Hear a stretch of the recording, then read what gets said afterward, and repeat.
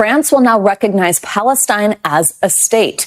The announcement from French President Emmanuel Macron comes amid growing anger over the humanitarian food crisis in Gaza. In a statement posted to X on Thursday, Macron writes, "The urgent priority today is to end the war in Gaza and to bring relief to the civilian population. Peace is possible." The move makes France the biggest and the most powerful country in Europe to recognize Palestine as a state. NBC News correspondent Matt Bradley joins us from Tel Aviv with the latest. Matt, good morning. Just put in context here the significance of this decision and tell us how the U.S. is responding. Yeah, it's a great question, Savannah. I mean, we've already heard from the U.S. They dismissed this. Marco Rubio said the same thing.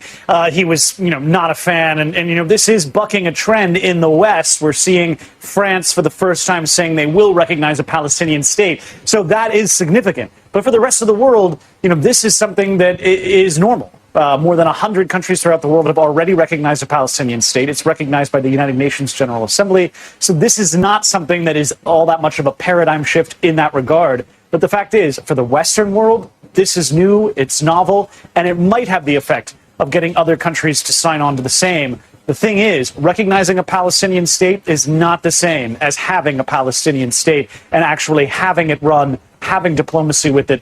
That's a totally different thing and a much more complicated effort.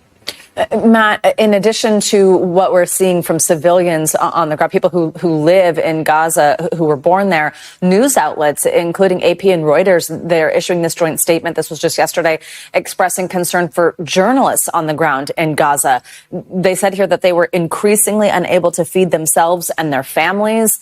What more can you tell us about the situation on the ground when it comes to hunger, to starvation, to malnutrition? What is the status of aid getting in?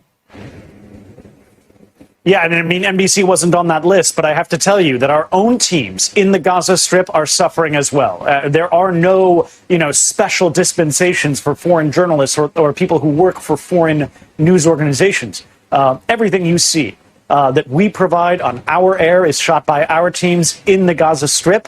And those people are suffering the same fate as the population there.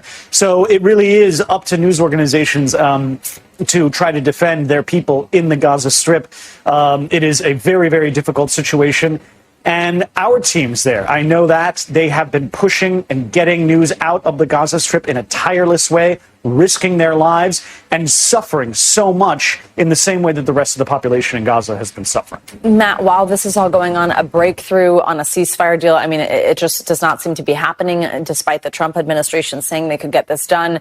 Middle East envoy Steve Witkoff said yesterday, in fact, the U.S. is cutting short these ceasefire talks and this trip that they're on right now, bringing that negotiating team home from Qatar. What is behind that decision? What do we know about how those conversations were going?